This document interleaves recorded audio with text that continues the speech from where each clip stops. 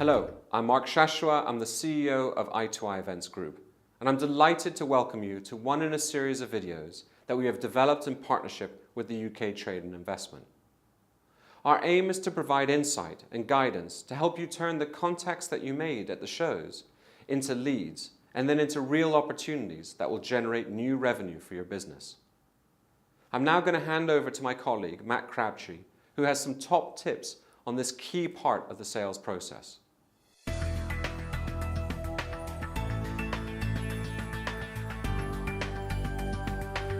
Closing deals is exciting and it's fun. The thrill of the chase that results in new business coming through really excites most people. Yet to some, it's a real challenge. The good news is that it needn't be hard. Firstly, create a contact database and score your leads.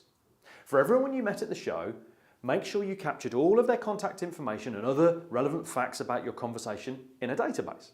Now, this can be as simple as an Excel spreadsheet if you don't have something fancy like a CRM system.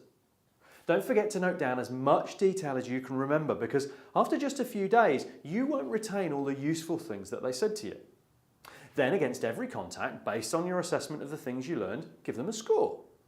This is a really useful exercise to help you prioritise your list and make sure you contact those with the best opportunity to buy from you first. Set some criteria and score each of those for every contact, and then add up the total and you'll have a list ready filtered to start contacting. Next, fully qualify each opportunity. If any of the leads from the show indicated they would be interested to stock your product, get in touch as soon as you can after the show to find out a little more about their requirements. They may well have said the same thing to a number of potential suppliers of the goods you sell, so be the first to be in touch with them. Show them how proactive and easy to do business with you are. Ask them more questions about their needs. What are they looking for in a product? Who are their customers? How do they distribute their goods? What kind of volumes do they require and at what frequency? Do they stock goods or need you to ship them to them just in time? What are their payment terms? And so on and so on. Pay particular attention to aspects that are international in nature, such as how they prefer shipping to be done, whether they're expecting a cost inclusive of shipping and taxes, and how important documentation needs to be handled. Also think about exchange rates and how you will handle these. Can you invoice in pounds and have them pay in pounds too? This would avoid any currency fluctuation risks on your part. Use this opportunity to find out as much as you can about how they operate, what their needs are, and also their long-term plans. Get your foot in the door. People always try to act in a way that's congruent with the decisions they have already made. There have been many scientific experiments about the psychology of congruence, which is very helpful to anyone in sales. The theory goes as follows. You offer some goods for free and they agree to stock them. Assuming they're fit for purpose and they are what their customers are looking for, the chances of your prospect placing a second paid-for order are increased because they'll want to remain congruent with the decision they already made. Remember to ask for the order. Many people, even some salespeople, find it hard to ask for the order. The thrill of the chase is exciting, leading the prospect ever closer to them placing an order. But some people stop short for fear of being rejected or some kind of embarrassment. Stereotyping suggests we're not very good at it in the UK compared to people from other nations. So now's the chance to redress that. When you get to the point where you think they're really close to making a decision, ask for the order. Be really positive and certainly not apologetic. And state what you will offer them, X units at Y price. By this stage, you'll have a very good idea of exactly what they need and how they operate, so the way you say it will be tailored to address these. Don't be afraid of the negotiation. Another thing we're terrible at in the UK is negotiating. In general, if we see that something costs £5, we pay £5 without asking if a discount is even possible. In other countries, negotiating or haggling on price is just part of the culture. Do not state your best and final price as your opening, take it or leave it price. In some countries, if the purchaser cannot negotiate the price down, it would stop a deal dead in its tracks.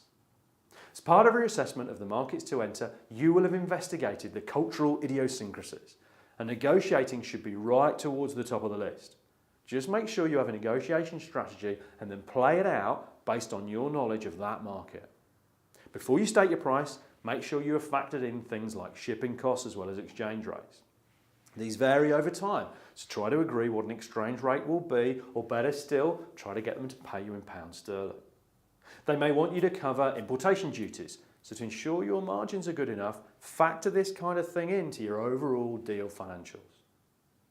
Now for long-term success, make sure you build brilliant relationships. People buy from people they like and trust. So your job is to build a really good relationship with them so they want to place lots of orders with you. And this isn't some kind of insincere voodoo magic we're prescribing, but a genuine relationship based on understanding, trust and likability. Contact the most important leads quickly after the show with a personal note. Avoid sending the same blanket email to everyone who visited your stand. Why? Because that's what everyone else at the exhibition will be doing. Instead, send an individual note to them, including something interesting you learned from your conversation with them. This will help to kickstart the relationship and shows you've taken the trouble to both remember what they told you and that you were interested in them. Make sure you have constant and relevant communication. If you have the time, send a handwritten letter or postcard. The science of psychology has shown that people who receive a handwritten note are much more likely to reply and they have a higher regard for the sender. It shows you building a personal relationship. It shows you take the time and thought to send something just a little different. Whenever you find an interesting article in a newspaper or online, which you believe relevant to the conversation you are having with a lead, print it off and send it in the post with a handwritten post-it note saying you hope they find the article of interest. Lastly, being helpful and providing excellent customer service will really help build long-term business.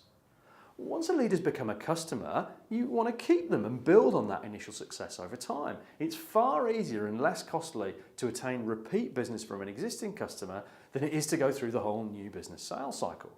Make sure you don't become complacent or take them for granted. You should look for ways to keep the relationship alive and fresh. Helping people, especially before you're asked for it, creates extra value in the relationship. If you can put them in contact with someone you think might be able to provide them with some assistance, or if you can deliver a little earlier or delay an invoice until the next month, you may well find that such small acts have a powerful impact on business. They will certainly remember you and it'll differentiate you from every other business they've worked with that might be somewhat inflexible and a little unhelpful when it comes to dealing with them. The easier you are to do business with, the more easily they will provide business to you. I really hope these tips have been useful. You're on the cusp of an very exciting exporting journey. Best of luck, and remember that UK Trade and Investment are here to help you every step of the way.